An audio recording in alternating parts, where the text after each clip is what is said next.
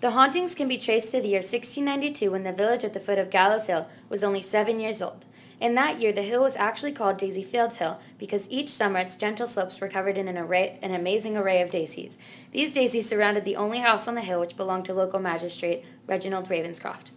Ravenscroft bore a troubled soul. For some reason known only to him, he hated the good people of the village and used his position to instill a terrible fear of law into them. He sentenced the most minor offenders to long prison terms, hard labor, even death. Brad! Sometime during the spring of 1692, villagers began to talk about the new servant girl at the Ravenscroft house. Her name was Patience, and she had just come from Ireland. She was to become their housekeeper, as unfortunately Ravenscroft's poor wife, Matilda, died recently. Some said she merely gave up life because she could no longer stand to be around Ravenscroft and her 13-year-old daughter, Emily, who was very much like her father, a willful, spoiled child. At any rate, it appears Ravenscroft cast his eye upon Patience. He then found out that Patience was engaged to be married to a farmer in the village named Jacob. Jacob was a good, sensible man who had built his own house, had a herd of cattle, and was preparing for his marriage. Driven by jealousy, Ravenscroft devised a plan to make Patience his. He poisoned the pigs belonging to Goodman Morton, Jacob's neighbor.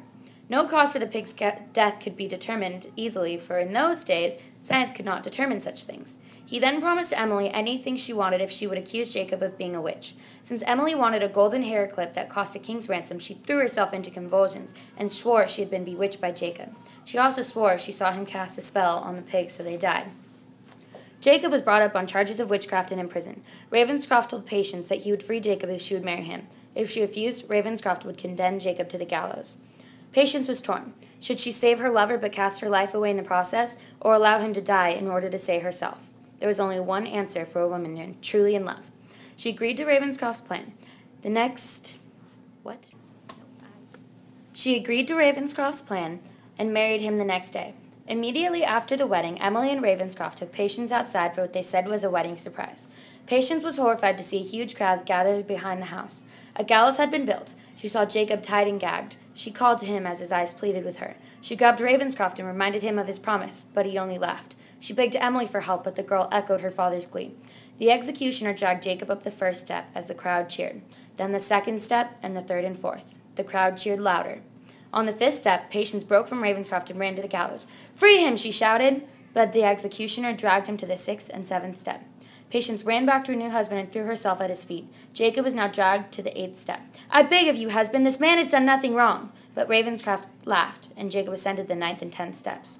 The crowd cheered louder and louder. Patience screamed uncontrollably as Jacob was dragged to the 11th and 12th steps. "Stop!" she cried. "Take me instead!" But the executioner turned a deaf ear. The crowd's cheer reached a frenzied crescendo as the executioner dragged Jacob up the 13th and final step. The noose was placed around his neck and the gag removed. "No!" cried Patience. A hush fell over the crowd. "A curse upon you, Ravenscroft!" shouted Jacob. "No one shall ever live another night in your house. Your blood shall flow like wine." The only sound heard after that was Ravenscroft clapping his hands once. The gallows opened. That night, Patience's wedding night, the door of Ravenscroft house was closed and locked at dusk. Only Patience, Ravenscroft, and Emily were inside, and no one knows what really happened. At dawn, though, the villagers were horrified to see all the daisies around the house dead. Every last one. And inside the house, the villagers found 3 bodies. Ravenscroft and Emily lying by the fire, and Patience lying in her bed. All were dead, their blood drained out on the floorboards.